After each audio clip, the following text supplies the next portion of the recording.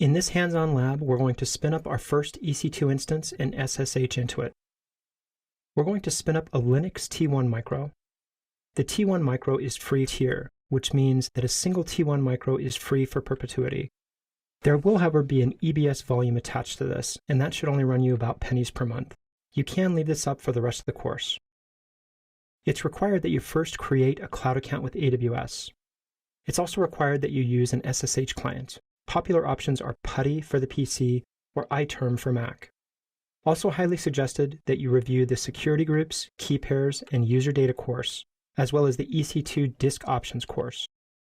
Beneficial would be reviewing the EC2 gotchas deck and templatizing servers with AMIs. Also highly suggested that you have some Linux familiarity. If you don't know what the commands cd, ls, top, cat, and pwd do, you might want to review a Linux for Dummies book. Also having some SSH familiarity will help. If you're using PuTTY, you're going to have to convert your .pem file to a .ppk in order to log in. Although we don't cover that in this course, there are lessons to do this readily available on the web. Again, we're going to set up an EC2 server, we're going to log into that server, and we're going to poke around a bit. If you've not logged into the AWS console, please do that at this point. Next, we're going to click EC2. Here you should see the same thing that I'm seeing, 0 running instances, volumes, key pairs, and so forth. This just means that you haven't got anything running yet. Let's go ahead and launch an instance by clicking this big blue button. The classic wizard is what we're going to want to use, so let's go ahead and push continue. And here we're going to use the Amazon Linux AMI. Although your number after this may be a bit different, this is the AMI that you're going to want to use. Amazon Linux is a CentOS variant, and it comes with some pre-installed interfaces into Amazon. Let's go ahead and push select to choose this instance. Here we can change the number of instances we're going to spin up and the instance type. You can also choose to launch in VPC or specific availability zones. Let's just go ahead and go with the defaults. As this page is loading the kernel and the RAM disk, let's look a little bit at some other things in here. If you want to enable CloudWatch metrics, you could click Enable CloudWatch Detailed Monitoring. You can also specify the user data, and you can turn on termination protection and specify the shutdown behavior, as well as deciding to launch into an IAM role. This being the first time we're getting in here, let's just go ahead and leave everything as default and push continue. The T1 micro comes with no ephemeral disk, so this root volume that we're actually provisioning is an EBS disk. Let's go ahead and push continue here. Tags allow you to simplify the administration of your EC2 servers. Let's go ahead and push the value parameter and let's type in a name of my first server for the name and push continue. We don't have any key pairs yet, but let's go ahead and create a key pair called production. And let's push create and download your key pair. Now notice what happens when we do this. When we've downloaded our key pair, it downloaded to our browser's download folder that individual key. It's very important that you save that key and you remember where it downloaded it to. You're going to need this to log into your server. This being a new server, Amazon's created a security group on our behalf. The TCP port of 22 or SSH is open to the CIDR block everyone. Let's go ahead and override the group name and the group description here, and let's specify my first server SG and the group description throw away security group and push continue. This final page just gives us a last ability to review and change anything that we want to. Everything looks good to me, so let's go ahead and push launch. It now reports back that an instance ID is spinning up. We can add some alarms, we can create EBS volumes, and we can check the instances on the instance page. Let's go ahead and click the last link here. Now, although you'll probably only see a single server, I have 2 terminated instances that show here. I left this up to show you that instances once terminated will still display web GUI for a bit. So once you're terminated an instance, don't be surprised if it still appears here. If you want to get rid of that, you can just go to All Running Instances in the Viewing tab. Let's do that now. So you're going to see that your status checks are coming up. We cannot yet get into this instance because it's not done setting itself up. Let's go ahead and wait until this says 2 out of 2 complete. And let's keep clicking refresh up here in the corner to check it. So it now tells me that 2 of my 2 checks have passed, and this server is ready for me to log into. Let's go ahead and pull up our terminal. I use iTerm on the Mac. And my key has been copied to my desktop.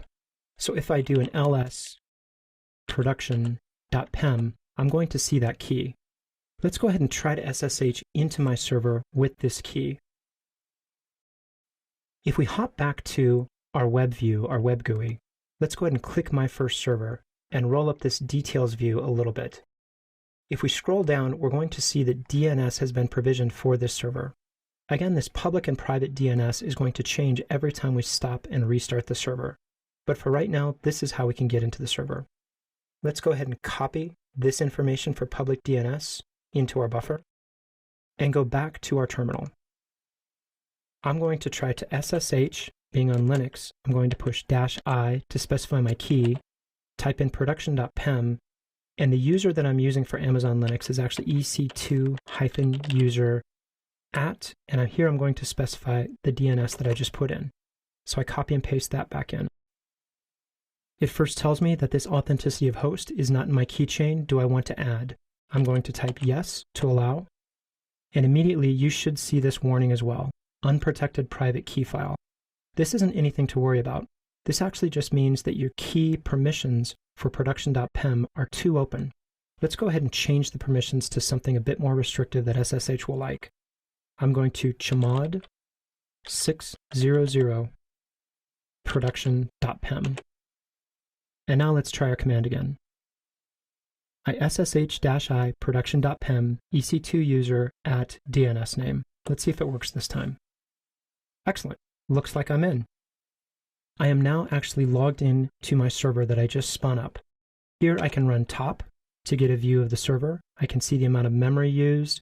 The load average, of course, is nothing, so on and so forth. Let's do something interesting and just type yum update to see what happens here. And actually, more accurately, let's type sudo yum update. We can see that even though this is a brand new AMI, there's a lot of packages it's asking me to install. This is a good best practice to go ahead and install this. So let's push Y and wait for all these packages to install.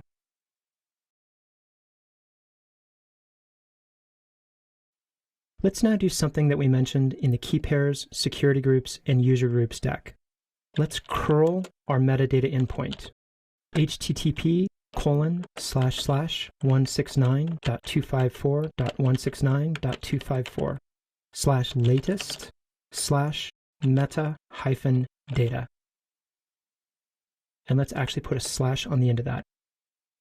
So this is important to note. You do need to have a slash on the end of the metadata and user data endpoints. But this will essentially give us data about various parameters that Amazon is maintaining on our behalf.